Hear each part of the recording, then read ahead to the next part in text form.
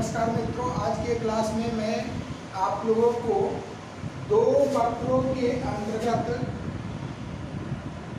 क्षेत्र का क्षेत्रफल ज्ञात करने के बारे में बताएंगे। पिछले क्लास में मैंने दो कर्वों के बीच का क्षेत्रफल निकालने के बारे में बताया था, लेकिन कंडीशन केवल यहाँ तक ही उसमें सीमित था।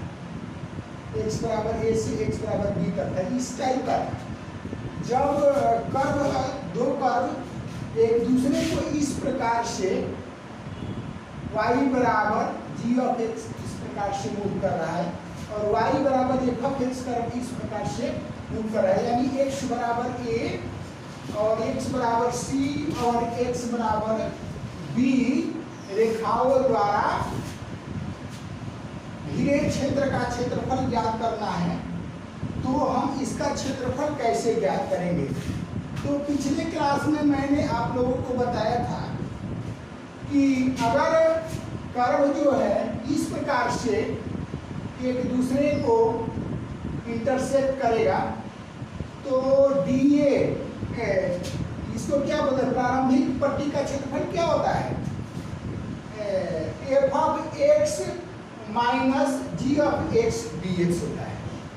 तो यहाँ पर भी सेम सूत्र होगा, लेकिन यहाँ पर क्या हो जाएगा आपका, ये y बराबर g ऑफ x क्या है, इस वक्त ऊपर है और ये y बराबर f ऑफ x क्या हो गया, नीचे हो गया। तो इस केस में बिंदु C से B के बीच में आपको प्रारंभिक पट्टी जो है इस कर्व के इन दोनों कर्वों के द्वारा घिरे हुए क्षेत्र के अंतर्गत जो हम लोग प्रारंभिक पट्टी का निर्माण करते हैं तो उसका क्षेत्रफल क्या हो जाएगा, g of x minus f of x। बस केवल यही अंतर होगा। उसके बाद क्या करेंगे, हम लोग दोनों को जोड़ देंगे। तो देखते हैं हम लोग क्या है आपका x बराबर a से x बराबर c के बीच में कर्व का इक्वेशन क्या है, दो कर्व आपका जो है दो वक्र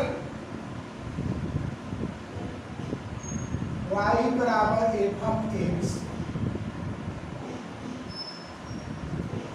और y बराबर g ऑफ x है। तो वक्रों द्वारा घिरे हुए क्षेत्र का क्षेत्रफल, वक्रों द्वारा घिरे हुए क्षेत्र का क्षेत्रफल अगर ज्ञात करना है तो क्या करेंगे हम लोग,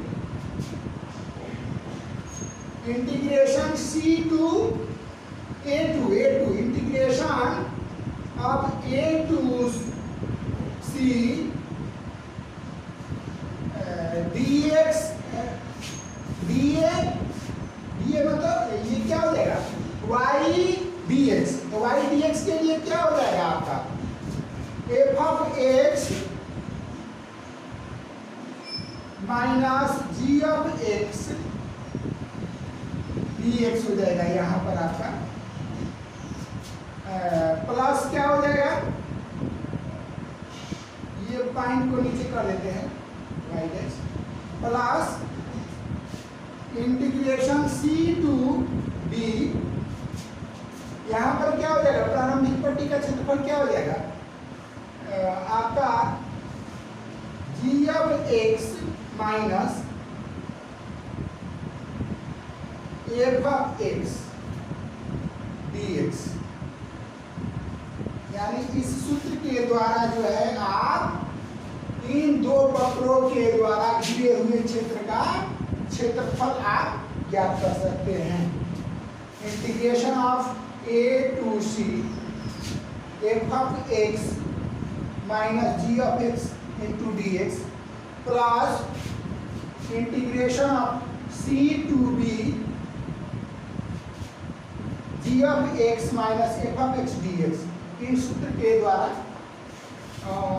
हम इन दो वक्रों के द्वारा दिए हुए क्षेत्र का क्षेत्रफल ज्ञात कर सकते हैं। अगले क्लास में मैं आप लोगों को इन दो थ्योरम जो पिछले क्लास में मैंने एक्सप्लेन किया था और ये थ्योरम जो है इस पर आधारित प्रश्नों को एक्सरसाइज 8.2 में सॉल्व करेंगे।